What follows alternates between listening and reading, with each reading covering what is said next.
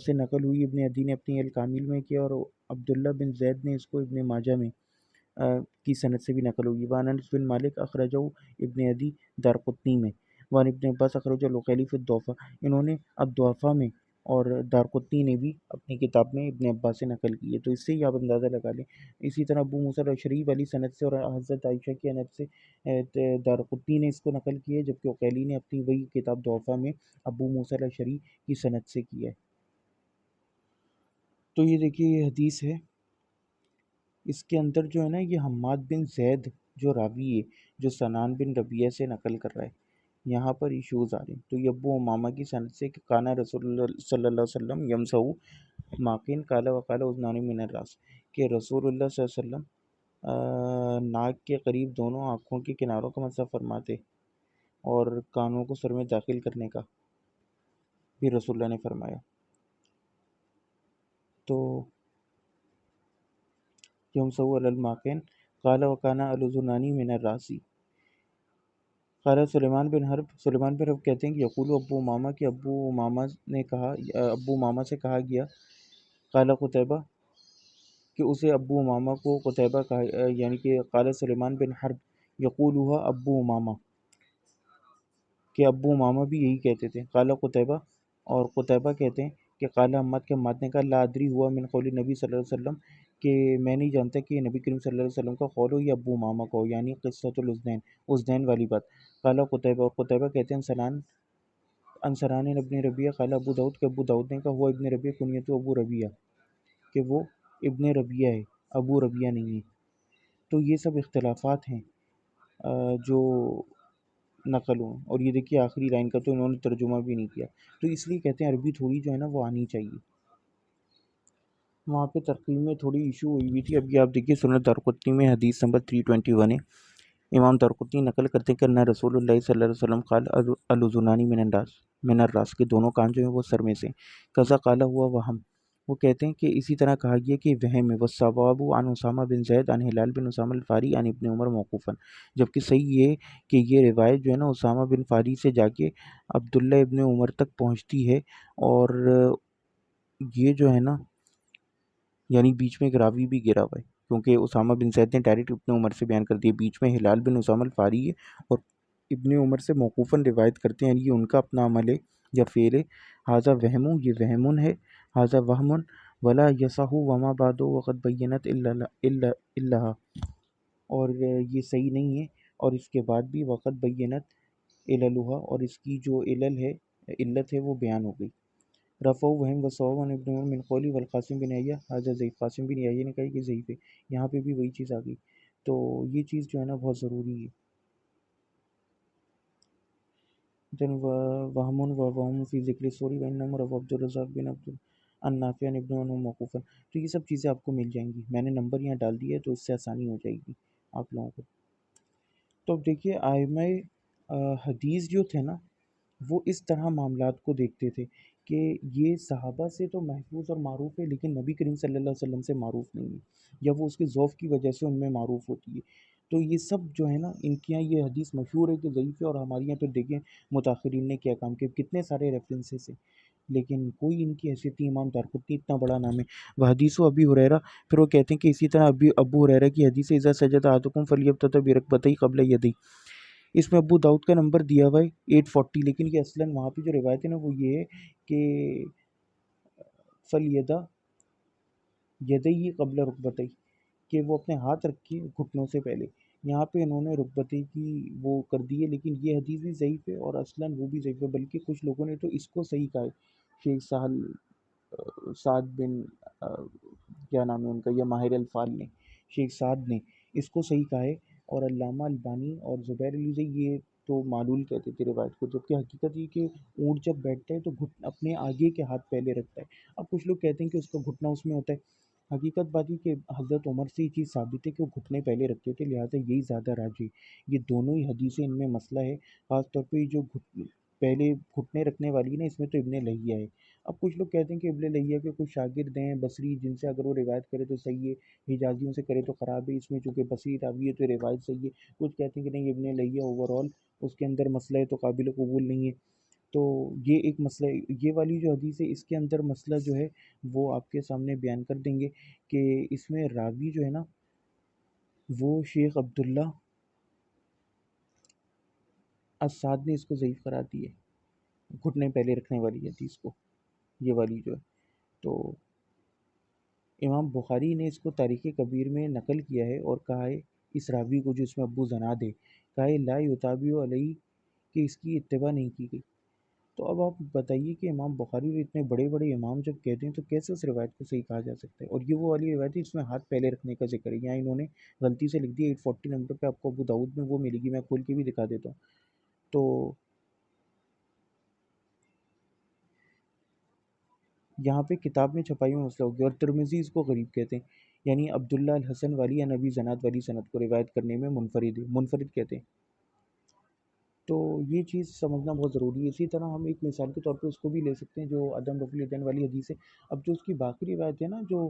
برا بن عازب رضی اللہ عنہ، اس میں تو یزید جو راوی ہے، میں اس کے باپ کا نام بھول گیا، یزید کر کے کچھ ہے، تو وہ تو خیر بہت ہی خراب راوی ہے۔ لیکن جو عبداللہ ابن مسعود والی روایت ہے اس کی تقریباً تمام راوی ثقہ ہیں، لیکن وہ معلول روایت ہے کیونکہ وہ مکمل الفاظ سے نہیں ہے، جو ابو داؤد نے بھی اس کا معلول ہونا نقل کیا۔ پھر جو ہے وہ اس کے اندر ایک تدلیس کا بھی ایشو ہے، گو کہ ائمہ متقدمین تدلیس کو ایشو نہیں بناتے۔ یہ دیکھیے راوی جو ہے نا سند میں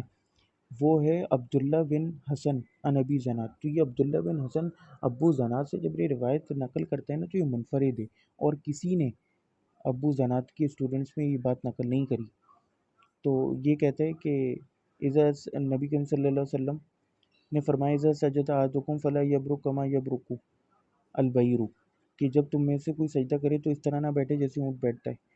ولیدہ اسے چاہیے کہ رکھے ولیدہ یدئی اپنے دونوں ہاتھ قبل رکبتئی اپنے دونوں گھٹنوں سے پہلے۔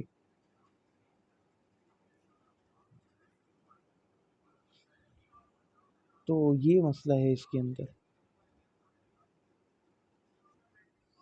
اب دیکھیے ترمذی میں 269 پر یہ حدیث ہے کہ رسول اللہ نے فرمایا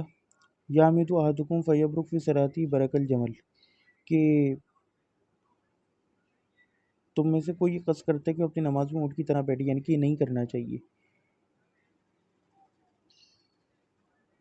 قال ابو عیسیٰ کہتے ہیں حدیث ابو ہریرہ حدیث غریب، کی یہ حدیث غریب ہے۔ وہ جو ہم نے کہا تھا نا کہ امام ترمذی نے اس کو غریب حدیث کہا ہے،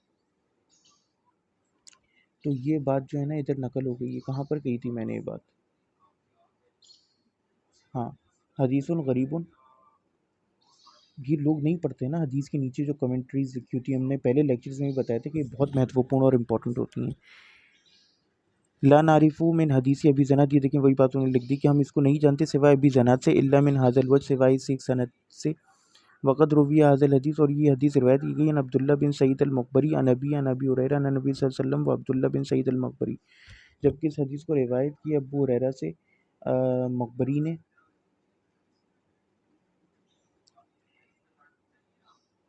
عبداللہ بن سعید المقبری نے اپنے باپ سے، یعنی اب عبداللہ بن سعید المقبری وہ اپنے باپ سے، اور وہ ابو ہریرہ سے، اور وہ نبی کریم صلی اللہ علیہ وسلم سے، اور عبداللہ بن سعید المقبری ضعفہ یحییٰ بن سعید القطان وغیرہ، اور عبداللہ بن سعید المقبری کو یحییٰ بن سعید القطان وغیرہ نے ضعیف قرار دیا۔ یحییٰ بن سعید القطان بہت بڑا نام ہے علم میں، انہوں نے بھی اس راوی کو ضعیف قرار دیا ہے، تو یہ پھر ایک اور اس کے اندر پرابلم آ جاتی ہے۔ تو راوی جو ہے نا وہ ہے، تو وان ابن عمر عند ابی داؤد، ابو داؤد میں ابن عمر صاحب کی روایت، ابن ابی کا کما فی تحفہ، کہ ابو داؤد کے نزدیک ابن عمر والی جو روایت ہے الاب سے کما فی تحفہ، تحفہ میں جو روایت ہے، وہ حدیث ابی ہریرہ من ذرع القیء فلیس علیہ القضاء، کہ جو کوئی الٹی کر دے،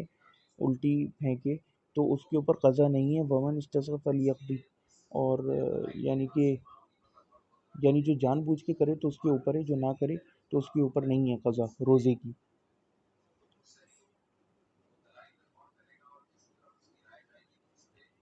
اس حدیث میں بھی ایشوز ہیں، لیکن اس کا مجھے بھی کمپلیٹ یاد نہیں، تو میں اس کو پیس آن کروں گا۔ الصحیح شیء فی الباب، اچھا کبھی کبھار وہ یہ بھی کہتے ہیں کہ کوئی اس باب میں سب سے زیادہ صحیح روایت، یہ تو اس کا مطلب یہ نہیں کہ روایت صحیح ہوگی، بلکہ تمام جیسے کہتے ہیں نا کہ اندھوں میں کانا راجا، تو تمام ضعیف میں اس کا ذوق سب سے زیادہ کم ہے۔ ہوا ان یوروا فی باب من ابواب العلم جملۃ احادیث، یہ ان ابواب میں سے جو کسی باب میں روایت کیے گئے علم کے ایک جملہ حدیث کے طور پر، یقون احدہما ایسا ہوا، یعنی کہ بہت ساری احادیث جب نقل کی جائیں کسی باب میں تو اس کے بارے میں یہ کہا جاتا ہے کہ ان میں سے ایک جو ہے وہ ان سب کے مقابلے میں صحیح ہے۔ مثلو حدیث ام ہانی کی جو حدیث ہے کہ ان نبی صلی اللہ علیہ وسلم دخل بیتا یوم فتح مکہ فاغتسل وصلی ثمانی رکعات، کہ نبی کریم صلی اللہ علیہ وسلم جو ہیں وہ ان کے بیت میں داخل ہوئے فتح مکہ والے دن، اور انہوں نے غسل کی اور پھر 8 رکعت پڑھی، چاشت کی، ضحیٰ کی، چاشت نہیں کہنا چاہیے تو اردو کا لفظ ہے فارسی کا۔ تو اس کو امام مالک نے تخریج کے، طیالسی نے، عبدالرزاق ابن ابی شیبہ نے، احمد دارمی، بخاری مسلم نے بھی، اور ابو داؤد نے، یعنی کہ یہ وہذا الحدیث قد روی من حدیث ابی ہریرہ، یہ حدیث ابو ہریرہ سے بھی آئی ہے، انس سے آئی ہے، نعیم سے آئی ہے، ابی ذر سے آئی ہے، عائشہ سے آئی ہے، ام امامہ سے آئی ہے، یعنی ان سب سے آئی ہے، ابو سعید الخدری سے آئی ہے، لیکن جو سب سے زیادہ صحیح سند ہے وہ ام ہانی والی ہے۔ تو یہ بھی کبھی کبھار بتانا مقصود ہوتا ہے، اور کبھی کبھار یہ بھی ہوتا ہے کہ تمام ضعیف میں سے جو سب سے زیادہ کم ذوق والی ہے وہ یہ ہے، تو یہ ہمیں ٹرمینالوجیز کو دیکھنا پڑتا ہے۔ قال ترمذی وکانہ احمد را اسا شین فی حاضل بابی حدیث ام ہانی، ترمذی کہتے ہیں کہ امام احمد نے کی رائے یہ تھی کہ اس میں سب سے زیادہ جو صحیح رائے ہے وہ ام ہانی والی حدیث ہے۔ اور اسی طرح وہ جو ہے نا صلاۃ التسبیح، اس کے بارے میں غالباً امام احمد بن حنبل نے یہی فرمائے کہ یہ جو ہے اس باب میں سب سے زیادہ صحیح ہے، البتہ ہی ضعیف ہے، اس طرح کے انہوں نے الفاظ نقل کیے ہیں۔ تو یہ والی مثال یہاں ہوتی تو زیادہ اچھا لگتا،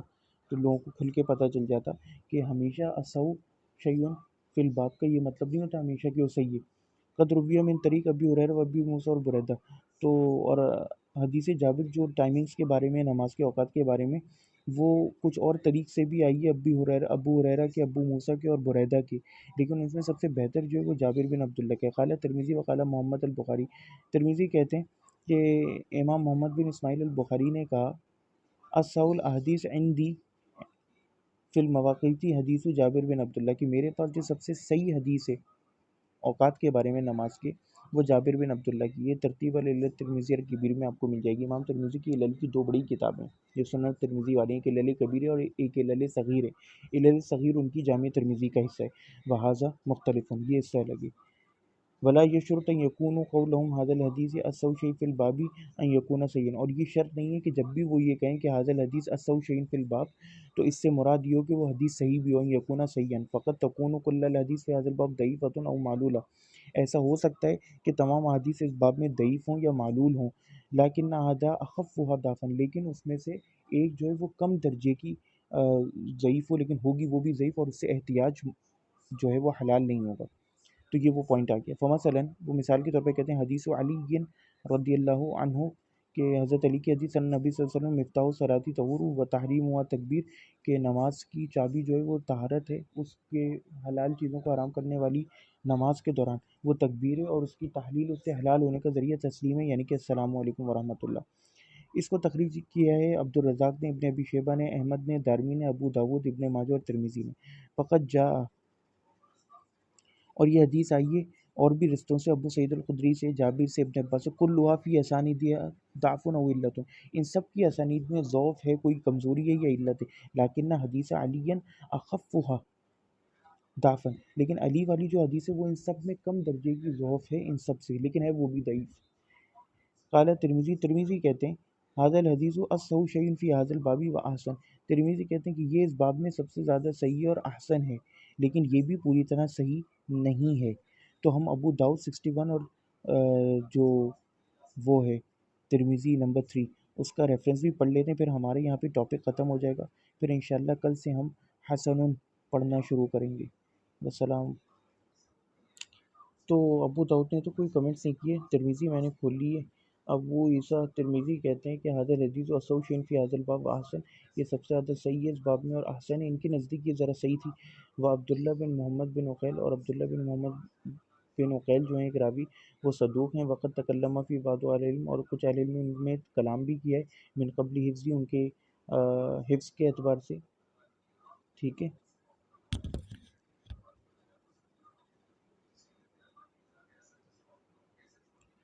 تو